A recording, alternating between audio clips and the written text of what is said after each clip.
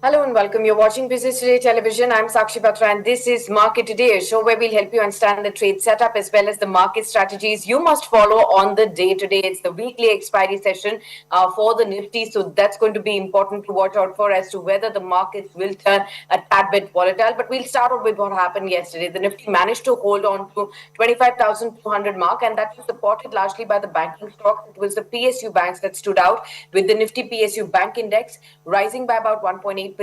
There were also some news reports that indicated that the government may consider a fresh round of financial sector reforms, and that's what lifted sentiment around this space as well. What happened globally? Well, the US President Donald Trump has said that he will be sending letters to more than 150 countries notifying them of tariff rates and the levies that are imposed, that could be 10% or 15% as he forges ahead with his trade agenda. He's also talked about that he's very, very close to cracking a deal with India. And then he's also been talking about a lot as to what will happen as the Federal Reserve Chair Jerome Powell and Donald Trump are not seemingly getting along. There is a possibility of Fed Chair Powell getting fired. That's what the reports are indicating. But there was a subsequent denial by US President also that kept the markets in the US also on the tenterhooks. So on the one hand, when Trump was asked at the White House as to whether he intends to fire Fed Chair, he said, "We are not planning to do it." He also said that he does not rule out anything, but I think it's highly unlikely, is what he's saying. But at this point in time, it seems that US President is trying to put enough and more pressure on Jerome Powell, if not to fire him directly, but at least to create situations for him to leave as well. And that's what most of the analysts who are studying the situation there are already indicating. But of course, what will be important for us back home will be what happens with India. Remember, today is the day when it's the last day of the 4 days of a trade negotiation that's happening between the India delegation from the Commerce Ministry, led by our chief negotiator Rajesh Agarwal, and in the US as far. Of course, it'll be delayed for the US because we've opened up early, but by the end of, say, or by tomorrow morning, we should have some sense as to what is really happening. But let's listen in first as to what Donald Trump really had to say on the possibility of a deal with India. We had one yesterday, that was announced. We have another one coming up, maybe with India. I don't know. We're in negotiation. When I send out a letter, that's a deal. In other words, it's a deal. They don't want to ever say that. Oh, how many deals have you made? The best deal we can make is to send out a letter. And the letter says that you'll pay 30%, 35%, 25%, 20%. In one case, 50%. Brazil. We have some pretty good deals to announce, but every time we send out a letter, that's a deal. The big one really is going to be on the 150 countries that we're really not negotiating with, and they're smaller. We don't do much business with them. Because you have a lot of countries, you have over 200 countries. A lot of people don't know this, but we'll have well over 150 countries that we're just going to send a notice of payment out, and the notice of payment is going to say what the tariff, and it's all going to be the same for everyone, for that group. They don't, they're not big countries, and they don't do that much business. It's not like the ones that we've agreed with, like China, like Japan, where we're negotiating with them, but I think probably we'll live by the letter with Japan. We're very close to a deal with India where they open it up. Indonesia yesterday was, it wasn't an open country, now it is. And they have tremendous copper, quality copper, and probably the most copper. And we made a deal with Indonesia. We pay no tariff, zero, and we have total access to trade. We had one yesterday, that was an. All right, so that was Donald Trump indicating that he does believe that they're very, very close to signing a deal with India, but he's also talking about how 150 countries will be receiving fresh letters as far as tariffs are concerned. Let's actually welcome our guest on board. We are now joined by Mr. Devin Choksi, the MD of DR Choksi FinServ, and he joins in with his views on the markets. Warm welcome to you, sir, and thank you so much for taking the time out. We were listening to Donald Trump's bite where he did point out that, he seems to be indicating indicating that India is very close to having a deal with the US. Thursday was supposed to be the last day of our 4-day negotiations, fresh round of negotiations that are underway. But he's clearly indicating that we want access to all the countries where we are signing deals in. They want, access to probably everything, no trade barriers. He's constantly indicating all of that, sir. What is the possibility that we get a deal within the next couple of days now? And after this fresh round is over, and what kind of a deal could actually come in? We've heard from Piyush Goyal, our Commerce Minister, saying that until and unless it's a win-win, they're not going to be in a rush to sign a deal. But at the same time, looking at how adamant Donald Trump is, what is it that we can expect, sir? Yes, Sakshi, good morning, and thank you for loading with so many questions. Well, I think if India has to drive from $133 billion trade with USA to 500 billion trade with USA in next 5 years' time, then no better opportunity than this could be a golden opportunity. I think USA themselves wants to open up the borders, and at the same time, I think they would allow us to export, I think, equivalent amount. That's what India is bargaining for.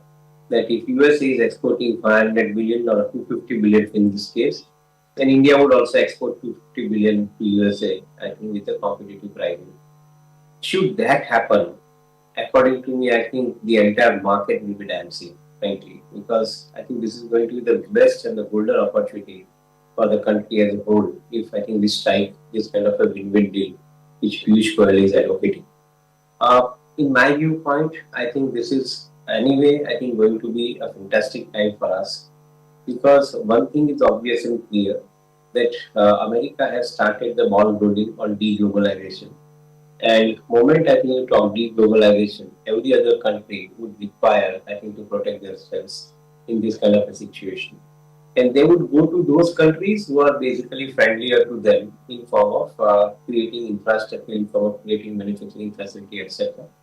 And I believe that I think India holds, I think, a distinctly good position among many other countries. So I would be very happy to see this disruption-led tariff imposition taking place, which is possibly going to be, I think, a big win for the country as a whole going forward. Hoping for that, actually. Mr. Choksi, I think just when probably Donald Trump would have realized that none of his tariff talk is really moving the markets much, they're getting very used to it. Bang comes the headlines around Jerome Powell and how action could be seen on that front. There are talks about whether he'll be fired. Now, Donald Trump says he's not ruling out anything, but it is unlikely that he will fire him at this point. So, many analysts are saying that, probably he'll make situations so worse that Jerome Powell will say that, okay, I retire. I've done enough. So, but how do you see this scenario really building up? And, what does this point out to? Well, I think whoever gets fired, I think somebody will have to come and occupy the position. And I think that person will be sitting on throne. So definitely, I think it's not going to be an easy or cakewalk for anybody for that matter. I think this is a time where probably country as America, I think we will have to probably play more rational, more prudent. Should that happen, then I think rest of the world will fall in place as far as I think the requirement is concerned. Pressure tactics don't work because frankly, I think if you are on one side and rest of the world is on the other side, that pressure tactics would be counterproductive actually. So anyway, I think this is a long subject which doesn't matter and I think there's to discuss. As far as we are concerned, I think the markets are quite resilient to every such kind of, I think, possibilities. We are having probably one of the best time with consumer price inflation at 2.5%. Yes. And the cost of funds likely to come down, which is also indicated by RBI governor. He is opening up the door for foreign investors to come into banks with a larger equity stake. All in all, sounds absolutely very positive and convincing to me, because on one side, when I think you are shutting the door in form of tariffs, on the other side, India is opening up the doors in form of, I think, creating the conducive environment. I think our market wants this clarity, and this clarity is not going to be 1 2 year outcome. It's going to be 10-year clarity, 25-year clarity. So I remain extremely optimistic about the prospects going forward in the given situation. Absolutely. We've started on a little back foot as far as the pre-open trade is concerned, slightly below that 25,200 mark. We'll see how it settles. But I was going to come to that. The inflationary numbers really interesting and encouraging at this point in time. And what would that lead to RBI to do? We're already seeing RBI, front loader out of rate cuts ahead of what the Fed has been doing vis-a-vis. So how would you really look at the RBI? Is there a possibility and a room for further rate cuts even now? Well, I think the verdict is very clear. On one side, you have so much of liquidity in place. Even if I think you as a regulator don't do the rate cut, banks will have to force themselves to bring the interest rate down. At the same time, I think the exotic product, I think, which are now coming into the markets as against only pure deposits. In my viewpoint, I think the ammunition in the hands of the commercial banks to probably bring down the rate of interest. And inflation remaining under control when imported inflation is remaining lower, then in my viewpoint, I think all of this augurs very, very positive from the point of view of bringing down the rate of interest by the regulator. So I think I would remain distinctly optimistic about all the prospects going forward and see how exactly I think we play out this game. But as I was making a point some time back, rate reduction cycle is normally for 8 quarters, and I think we have crossed about 3 quarters and we are in the fourth quarter. So still half a mark to go. I would think that I think we will be seeing larger rate cuts and a lower cost of funds, which will ultimately grow the economy and the corporate sector in particular. Okay, got that. Let's actually shift focus to the micro data, the earnings that are coming in, and let's try and understand as to, what is your own view, sir? We've seen a float of IT companies, TCS, HCL Tech, Tech Mahindra, L&T Technologies, all of them come out with their numbers. What is the first sense that you have? Largely, it's the revenue picture that is actually getting impacted, and that's keeping the sentiments lower. Even though the deal wins for some continue to be strong, the margins continue to be strong as well. But the guidance is again shrouded with uncertainty going forward from here. How would you look at the basket of numbers that are coming in? What would your approach be on the IT pack? I think US is leading the path, if you ask me. Today, if you see NVIDIA, if you see Oracle corporations, if you see even Microsoft for that matter, I think each of these companies are showing a path by way of creating the computing space as the growth driver for them. India cannot be any exceptions to it. Indian IT companies are largely solution driven or solution providers in the global space. Now, if this particular space India has occupied for last 20, 30 years, in my viewpoint, I think computing is a new normal vis-a-vis, I think, the solution providing purely based on the coding. So that shift in the model is demanding, that shift in the model is actually happening. Many of the companies are creating this particular shift on moving towards computing side of the business. Not visible immediately though, because still their existing model operates. So in my viewpoint, I think in this kind of a mixed situation, probably I think the companies cannot give very large guidance. They may remain largely cautious. They may also sound optimistic, which TCS did, I believe. I think they will still remain in this particular zone till the point of time they move their business model on the computing side of the activity, which US is showing a path. So, in my viewpoint, I think we have to be specific about IT companies in India. Engineering R&D speaks reasonably good. I heard the commentary of Tata Technologies management, and I think they clearly said that I think the second quarter onwards they are seeing the larger execution, better inflows of order because they are B2B2 OEM companies, and that's where I think they are really to be more successful. So yes, I think some clear winners within this particular confusion. I think would be some of the mid-tier engineering R&D companies in my viewpoint. Okay, and large vis-a-vis mid caps, how would you deal with that? Confusion that always comes in the mind of investors. Should they go for smaller companies that have a lot of room to grow, that are actually looking at what's happening, but at the same time, the resilience that the large cap companies can continue to pose with their experience, with any kind of uncertainty that emerges around the world?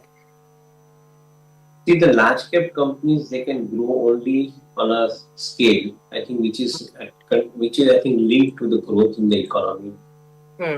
Uh, the mid cap and the small cap companies can actually grow faster compared to the scale which large caps assume, largely because they are smaller in size.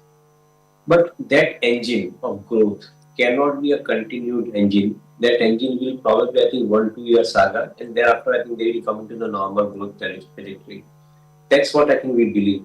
So our markets have actually priced mid cap and small caps. I think it is significantly large amount of premium given the kind of growth assumption that the market has built in. In my viewpoint, I think this premium is largely because of the liquidity, and that's where I think these mid cap and small cap companies are driving themselves in. Most of the mutual funds, most of the family offices, they play on this liquidity saga. I think it is up to the regulator to not make the same mistake which they did in derivative market by ignoring the high premium valuation in mid cap and small caps.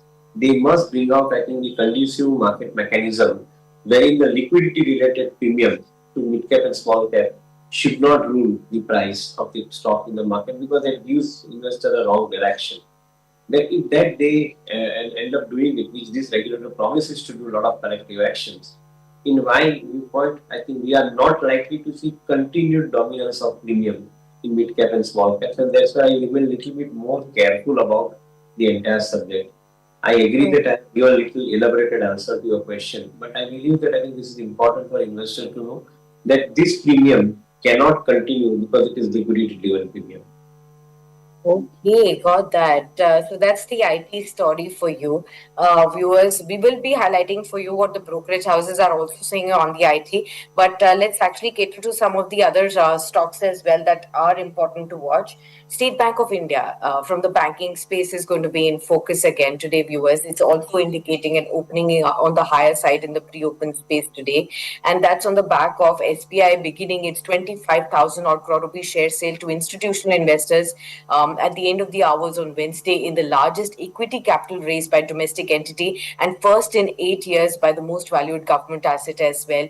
And of course, bidding will continue until the early hours on Thursday, and this indicative offer is priced between 806 and 831 rupees per share as well, and that's what we are given to understand. Before this, there was also an announcement of 20,000 odd crore rupees via the bonds now, and of course now 25,000 crore rupees additionally by equity. Could you help us understand, sir, what this such a large fundraise and by way of QIP equity raise, I think the largest one since 2017, would mean for State Bank of India and the shareholders at large, sir?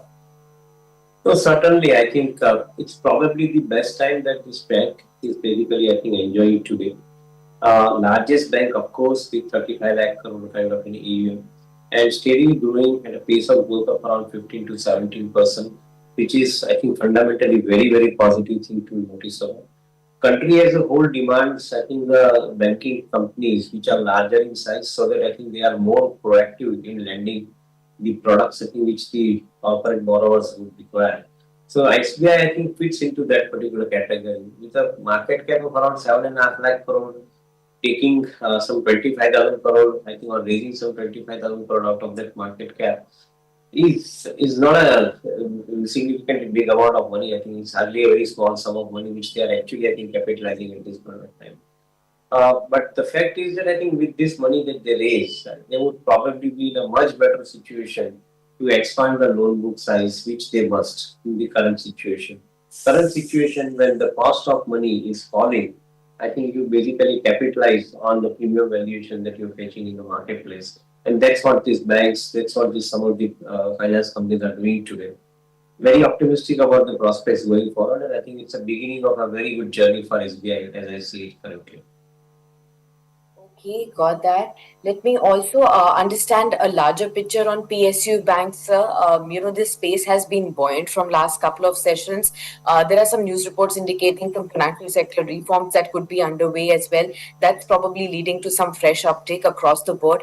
How are you approaching the PSU banks, sir? I have seen the successful experiment of merging SBI with their subsidiaries and creating a larger bank. That's a given history right now, I think that we have in front of us. Many of the PSU banks are waiting in wings as far as I think their consolidation is concerned. It is time that finance ministry and the government take a call and make us another round of consolidation within the PSU banks. Because if they create the large size bank, in my viewpoint, I think we, as a country, I think we require 4 or 5 large size banks. By merging and consolidating some of the smaller banks into them, they could possibly create, I think, an engine which is going to be running much faster in a given growth situation that the country demands. So SBI experience both are successful. I believe that I think if that happens with some of the PSU banks, then it's a good story to chase, and that's where probably investors can make money also from this. Okay, got that. So that's the PSU banks for you. Let's also bring in private banks here, sir. We saw HDFC Bank above 2000 odd levels again. There was this news about first ever bonus that could be announced in the upcoming earnings on Saturday as well, along with an interim dividend that could be coming in. Opportunity for existing shareholders. Should fresh investors also grab onto the opportunity of getting that first ever bonus, sir? Absolutely. I think the capitalization of earnings is absolute requirement for every organization which is growing. FDFC is promising to grow at a speed faster than what they've grown in recent past. And should that be the situation, then 4 years, 4.5 years time from now, they would be in a position to double the size of the book from current 25 lakh crore or to around 30 or around 50 lakh crore in next 4 or 5 years. If that happens, and it should be possible to happen, I guess.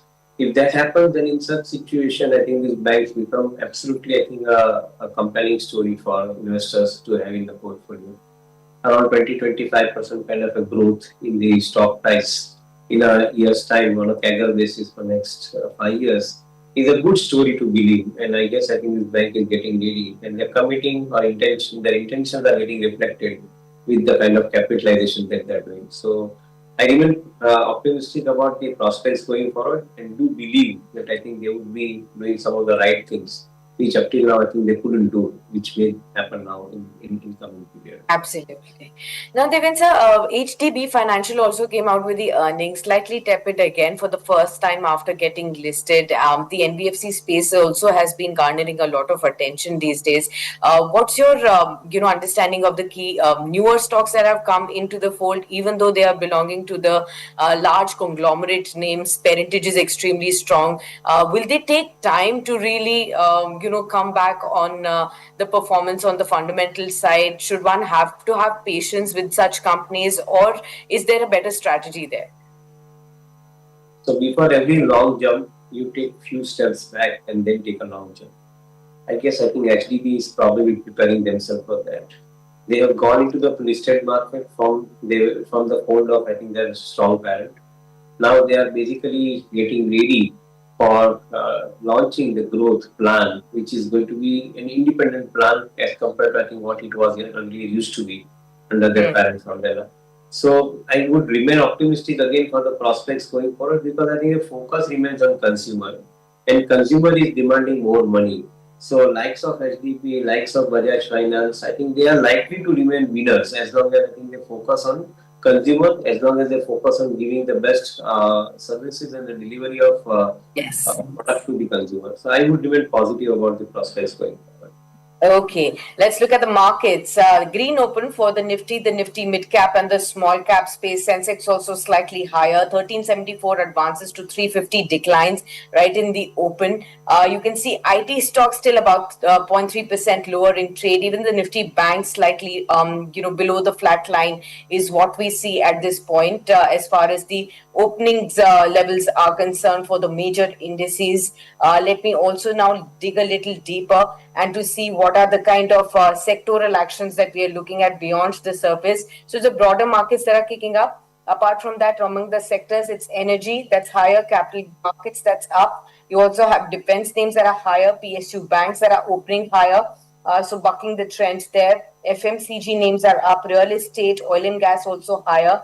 IT and banks just about volatile and slightly weaker in trade right in the opening session, but rest of the pockets seem to be opening with positive moves there. Let me also look at some of the other pockets that we can highlight and to see how the Nifty stocks are moving right in the morning trade. You can see State Bank of India among the top movers, Hindalco higher, Eicher Motors up, M&M, NTPC, Trent. These are the names that are opening up, whereas Tech Mahindra post earnings is weaker. ICICI Bank is down, Asian Paints is down, HCL Tech, Infosys. So the IT names are definitely lower. HUL is also slightly lower in trade. You also have BEL, TCS. So some IT names are definitely on the weaker side right at the opening trade as well. But we do see a lot of names that are moving in the positive direction, including SBI that's now up 1%, Hindalco that's up 1%, Tata Consumer Products about 0.3% higher in trade. Lead Revenues Technologies that's 9% higher post the earnings. One of the recently listed stocks within the travel space. Shipping Corporation of India land as assets is about 5% higher right in the opening, 5.5% higher, 56.5 odd levels, and that can be seen in the positive zone. You have Tilak Nagar Industries from the broader markets that's up by about 1.5%. That's how some of the stocks are buzzing in the broad indices right now. But seems like it's a large part of the markets, broader markets, they're supporting the sentiments. Nifty Bank and IT, the heavyweight funds, that are slightly on the lower direction as well. Devinta, let's come back. To what exactly should be our focus amidst the earnings. So we've discussed IT, at large, but beyond IT as well, what are you looking at in terms of where the outperformance could come in from the current earnings, and what's your key focus right now, sir? Devinta, could you hear me? Okay. I guess there is some connection issue, but we'll try to quickly look at welcoming Mitesh Panchal, who's now joining in shortly with his views on the markets. Remember, he's going to be tracking the technicals for us. Mitesh, warm welcome. Good to have you with us. We will be definitely asking you on the markets as soon as they have opened. What's your first take there? It's the weekly expiry on the Nifty. How do you expect this to pan out? We've had days and days of consolidation, some bounce, in the last couple of sessions. What would you say? Okay, good morning, Sakshi. Good morning to all the viewers. I think the consolidation phase will continue. We are of the view that as far as the frontline index Nifty is concerned, I think 25,800 is what we are looking at. So unless and until if the indices is not crossing 25,800, Sakshi, probably we are in a broad range on 25,000 on the downside, 25,800 on the upside. Again, what is promising is few stocks from the small and mid cap space, which is looking really promising at this point of time. So what we are looking at is Bodal Chemical. So if you look at the stock has made a lot of consolidation between the range of 70 to 80. Now the stock is ready for a very strong upside. So at the current level, we recommend to go long in Bodal Chemical, that's Bodal Chemical, at around 79, 78 rates for the potential target of around 90 to 100 in the next few trading sessions. We see a very strong upside in that counter. Second counter which we like is dynamic product. If you look at the entire chart pattern of dynamic product, somewhere in the range of 300 to 350, the stock has made a lot of consolidation moves. And now going forward, stock will make a very strong comeback based on the monthly and the weekly chart. So dynamic product is what we are looking at around 345 50 odd levels, and what we are targeting is around 400 to 450 levels. Third stock which we are looking at, Shakshi, is GMM Fodler. From 1200 onwards, the stock has witnessed a very strong heart of higher bottom formation, and around 1300 level it is consolidating. Sooner than later, the stock will move into a new trading range. So above 1350, 1350, it's a conditional call. So above 1350, if the stock gives a close on the daily chart, probably it's a good to go. And after that, the stock will reach to the level of 1450 to 1500. So three stocks actually which is looking pretty promising. First is Bodal Chemical, second is Dynamic Product, and third is GMM Pharma. Okay, brilliant, Mitesh. Good to have three stocks right at the outset for all our viewers from you. We will definitely keep these three stocks in our mind, which are looking absolutely, good in the medium term for viewers as far as the technical charts are concerned. So keep an eye out on all these three pockets. All right, Mitesh, we'll start off with taking your reaction on the IT names. IT index is down, but a lot of numbers came in. Tech Mahindra came in, L&T Technology Services also came in, and we are seeing some weakness across the board. Remember, for Tech Mahindra, there has been a mixed set of brokerage house views on Tech Mahindra. CLSA had a high conviction and an outperformance rating with a target price of even 2020. And even though they believe that it was an inline quarter, and slightly slower revenue growth, but it was offset by EBIT margins and strong order booking momentum, and that's why they're looking at the stock on the positive side. Nomura has a buy rating, 18 targets. They believe it was a mixed bag quarter for the company where deal wins were strong, pipeline is strong. The company is aiming for better revenue growth in FY26 estimated versus FY25. Second quarter onwards, they are seeing the earnings pick up, and therefore it still has a buy. But what is coming in as an underperform rating is from Jefferies for Tech Mahindra. They have a target price of 1400. They believe Q1 revenues were an absolute miss, but profits definitely beat the estimates on the higher income. Order wins were strong, but they definitely believe the rich valuations on overtly optimistic consensus estimates compel them to remain underperform on the stock. So how would you look at it, Tech Mahindra now? Technically, what are the charts really suggesting to you? There are some analysts who believe that the estimates that Tech Mahindra is giving on the outlook is kind of optimistic in nature and might not be able to translate into what they are guiding. Okay, so Sakshi, as far as Tech Mahindra is concerned, at 1589, I would definitely would like to take a contra bet than what these people are advocating. We are of the view that Tech Mahindra is definitely in a stage wherein it will spend quality time in the consolidation between 1520 on the downside and 1650 on the upside. So it's between the consolidation zone. Yes, looking at the kind of numbers which it has posted, probably you might see a correction, but I would like to take this correction as a buying opportunity. I take a contra view on Tech Mahindra. I am of the view that between 1520 to 1550, 1520 to 1550, there is a pretty strong support both on monthly and quarterly charts. And on the upside, above 1620, stock will witness a very strong upside. And in the next 1 year or so, we may see stock traveling between 1700 to 1750. So for me, it's a buying opportunity. I will take a contra call. I am of the view that 1520, 1550 on the downside will be defended and stock will bounce very strongly from that level. So from here to 1520, 1550, it's a great buying opportunity. I will take a contra call. I will use this dip as a buying opportunity. Okay, and what about beyond Tech Mahindra on the IT space? What is your stance on some of the other companies that have reported from large caps vis-a-vis mid caps?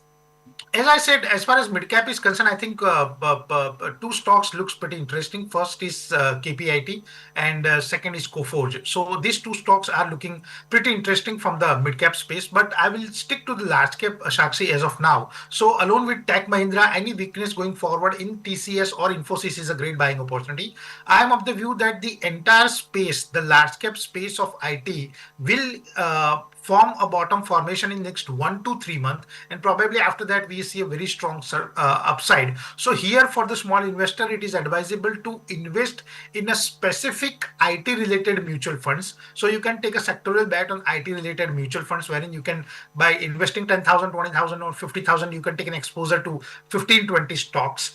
Or else if you're an ultra HNI guy or probably an HNI guy, so for you I think the next 1 to 3 months is very exciting. Any dip in TCS, Infosys, Wipro, Tech Mahindra, L&T Mindtree is a great buying opportunity.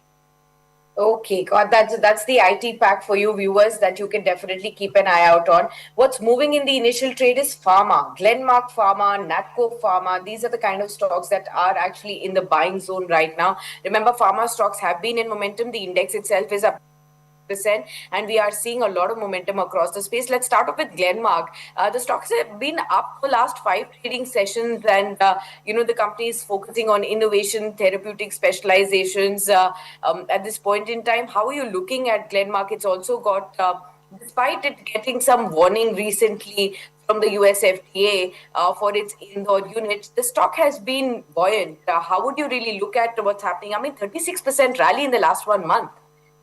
That's what I was about to tell you. It is not just last a few days, Sakshi. Since last 1 month, the stock is buzzing, and Glenmark is on a roller coaster ride. So I think going forward, Glenmark will see levels of 2500, 2600 after a very long period of time.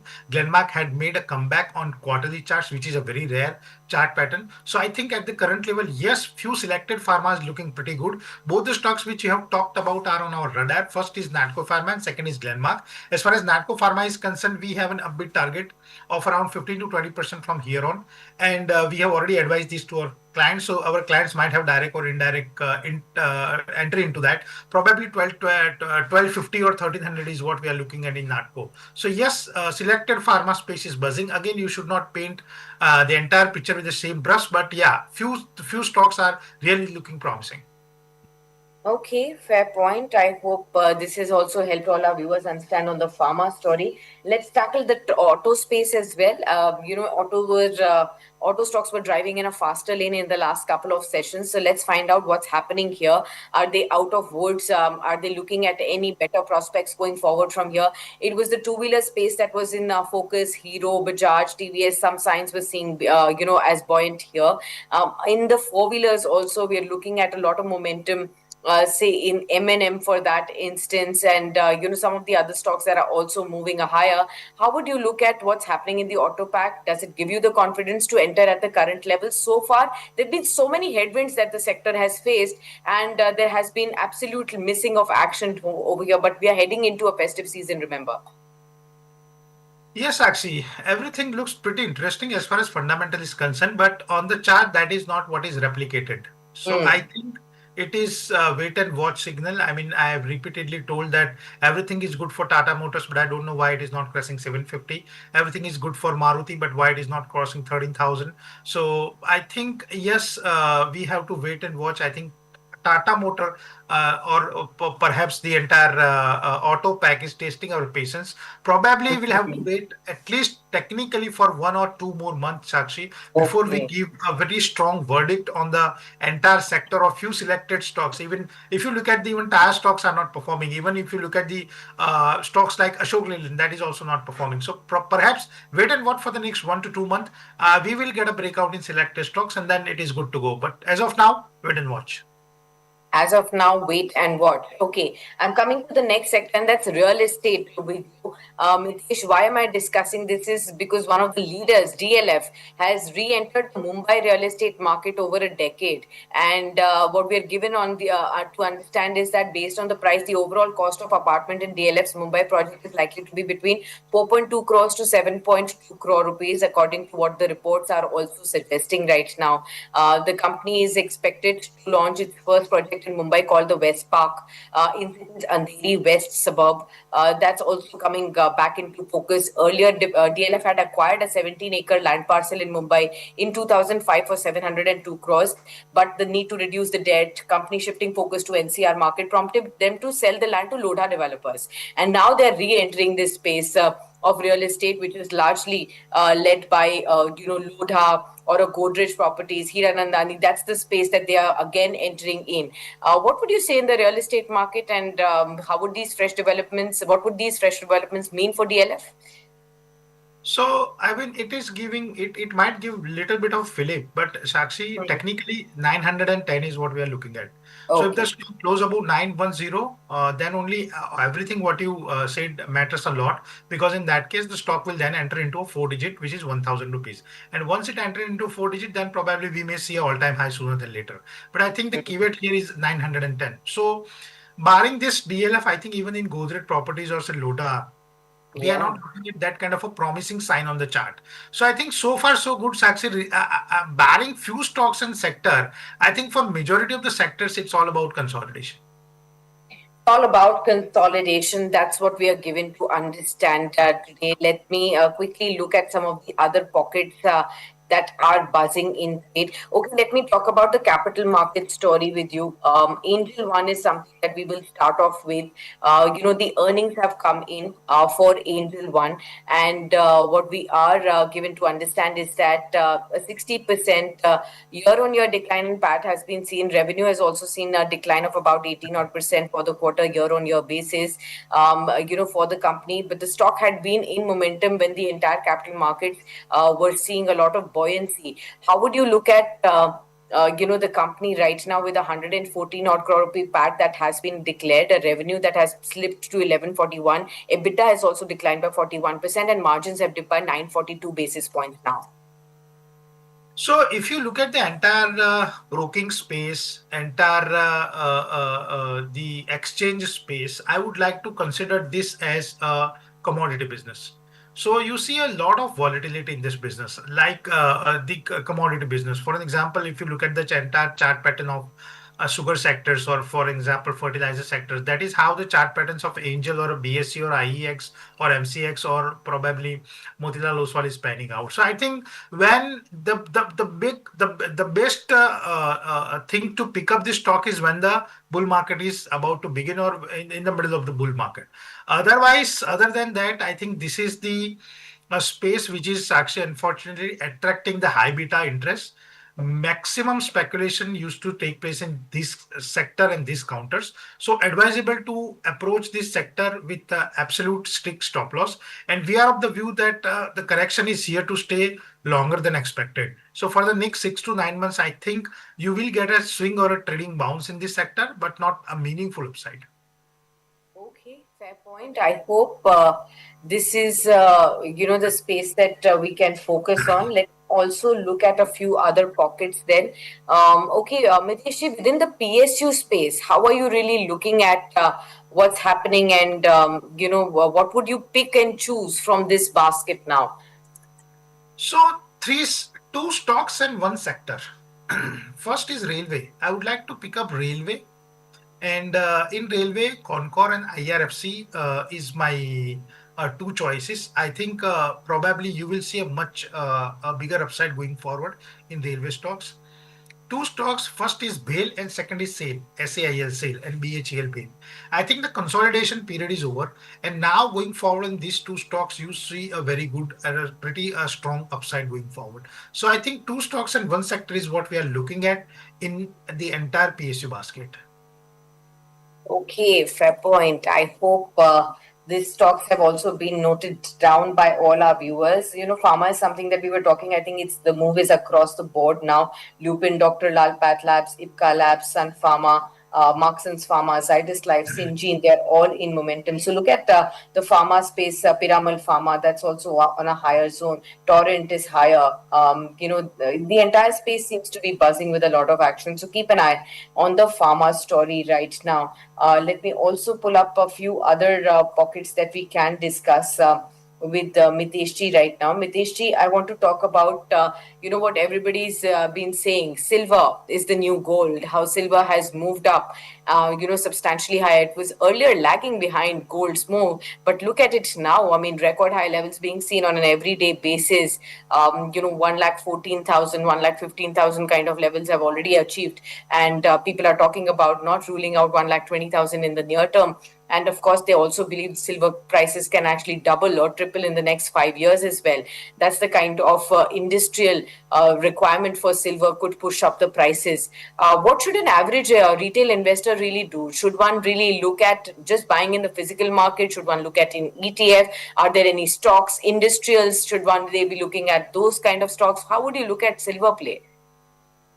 Okay, so Sakshi, we had a healthy discussion, I think, before a month or so, in which we have pen out different time frame, Yes. 5 years, 15 years, 10 years. And Yes. I pose a question to you that what has beaten, whether it's an equity or a metal prices. And metal prices have Yeah. beaten equity returns.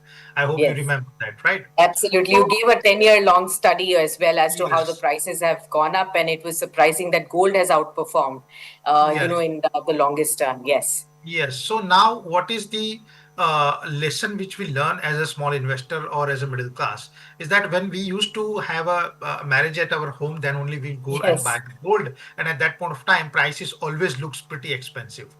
Sakshi, this is our thumb rule, and we humbly request all our investors and viewers to implement this. At least invest 20 to 25% of your corpus into gold and silver both, that too Okay. equally.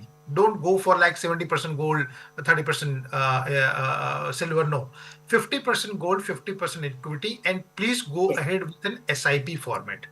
Okay, Okay. so over a period of time, what will happen, Sakshi? You will see a very good kitty getting built in your gold and silver form, in the electronic form in your portfolio, and you are also actually, getting much better returns, because when the equity is not performing, we know that the gold and silver is performing. So your 80-20 theory is working pretty well. 80% in the equity, 20% the gold. So that 20% cushion you will get. And second thing, which is one of the biggest thing, is that you will not get afraid of the prices. See, if you need to be in the game, you need to buy in small or a big quantity, right? So when you are in the game, actually, when you're buying in a small quantity, supposing say if you bought gold at 50,000, 60,000, 70,000, or 80,000, then buying it at 90,000 is not a fearful task for you.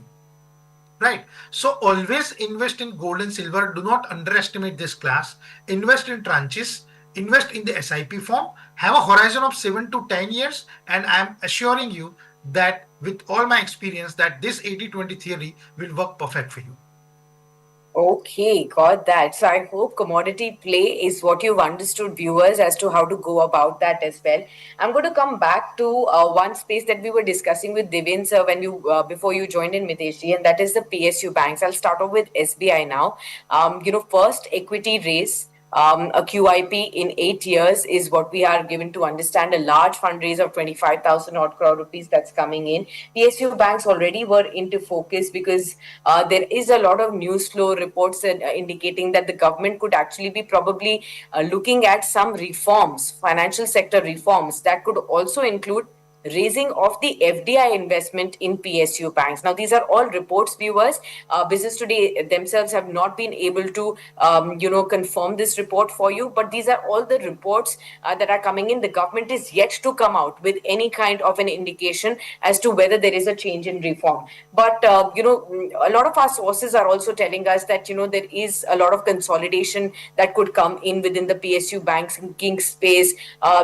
This space needs a lot of foreign capital. So there could be a raise in the cap of the foreign capital investment within the PSU banks as well. So how are you looking at playing this theme now? And what would you do with an SBI that's on the brink of raising such a large fund? So honestly, Sakshi, I think we are the first to advocate a buy call in the entire PSU basket, barring the top three stocks, that is PNB, SBI, and Bank of Baroda. And we'd like to say that we are the first one who is actually getting frustrated with that call, because that is not happening. So we have a buy call on the entire PSU bank since last a year or so, but unfortunately that is not playing out. That is testing our patience. So I think for a serious move, still we'll have to wait and watch on the quarterly charts. Our earlier hypothesis was based on the monthly and weekly chart, which is not turning out to be a great buy call. But I think going forward, probably your words will come true, and probably we may see a good upside going forward. But so far, so good. Again, we are frustrated with this space. Does not mean we have sold it. We are just Yeah. holding it. But the kind of expectation which we had based on the breakout is not happening right now. So I think it is testing patience. Let's wait and watch. Probably in the next 2 quarters, we may see a serious breakout. Okay, next 2 quarters we may see a serious breakout. So this space is tested patience, but there could be a lot of action in the offing. But one will have to have a lot of patience in this space right now. Weakness, on the Nifty and the Nifty Bank right now. Slight dips is what you can see across the board, at this point. But what also is ticking is probably the a lot of sectors within the oil and gas space is also buzzing right now. Let me just come to that. Crude oil prices comfortable right now, Mitesh ji. How are you looking to play OMCs for that matter? From last couple of sessions, again, a lot of action is building up there. Gas related stocks, how are you looking at those as well, sir? So I think you may see a trading bounce actually, but not really a trend reversal. So Hmm. again, for 3 to 5% upside for the next 5 to 7 days, or 1 to 2% upside is what is possible. But I don't think so. There is a serious trend reversal. I think if you look at the index, what we have started the show with is into a consolidation zone. So majority of the sectors and the indices, sectoral indices are also in the consolidation zone. For an example, Nifty oil and gas index about 12,200, there is a breakout. So again, 400 points away from here. So we'll have to wait and watch. Actually, you will get a swing trades in this sector, but not a serious trend reversal.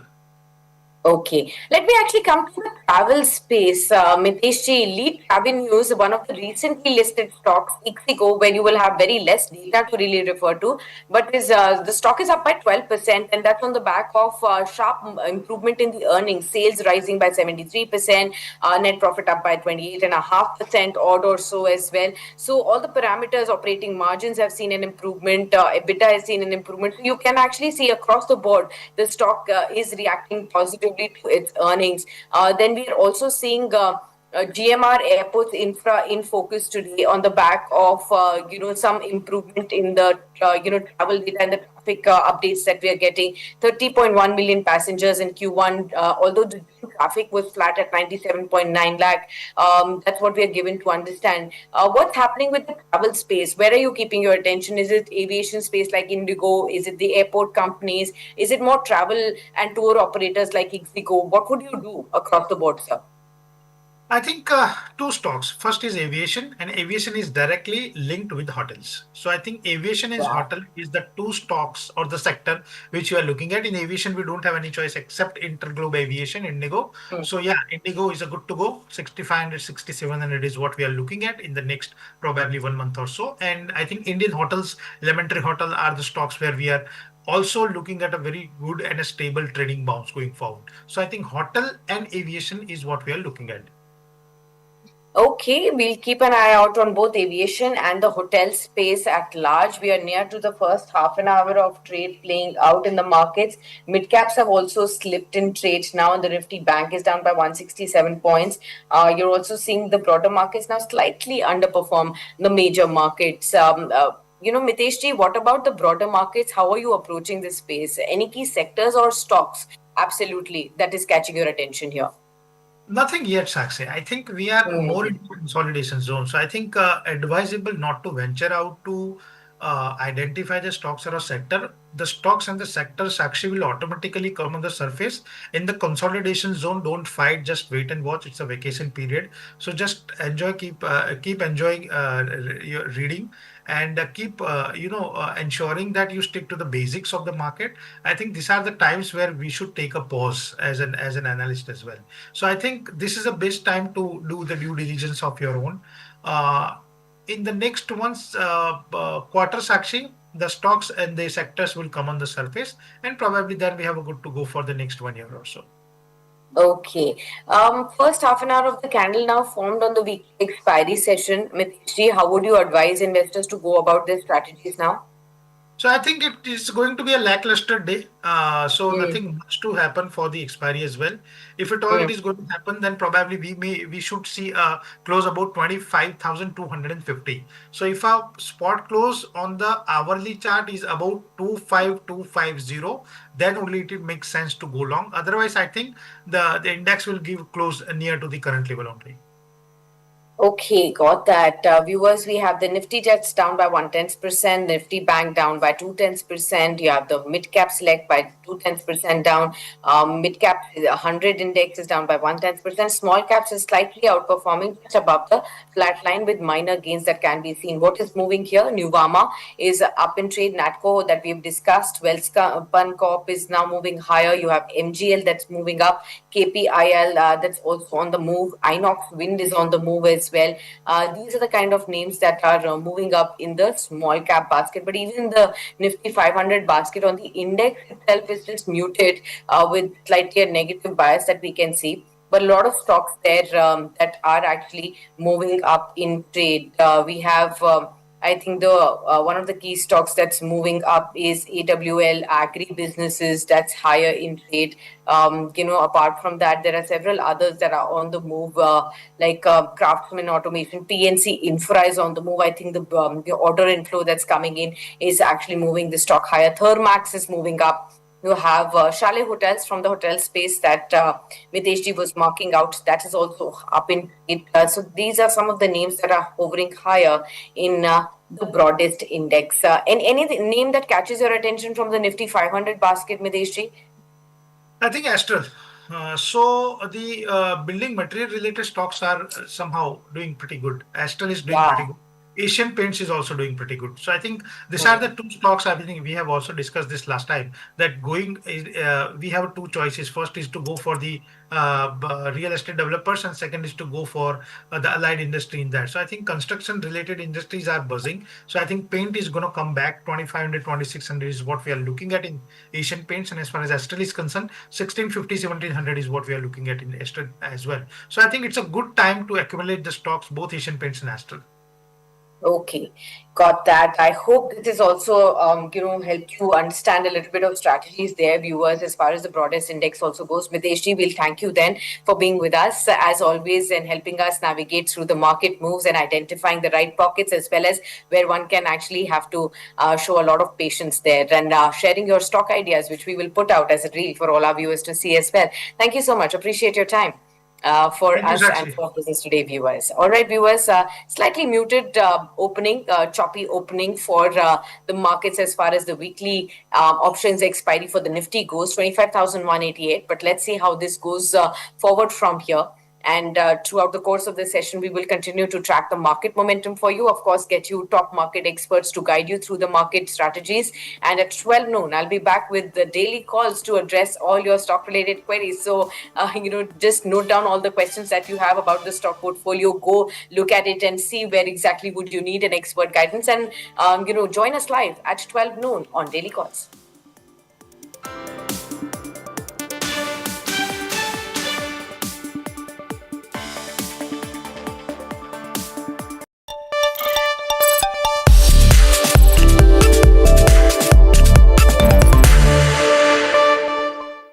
Good morning, ladies and gentlemen. A very warm welcome to you on Business Today Television. We continue with our series of market gurus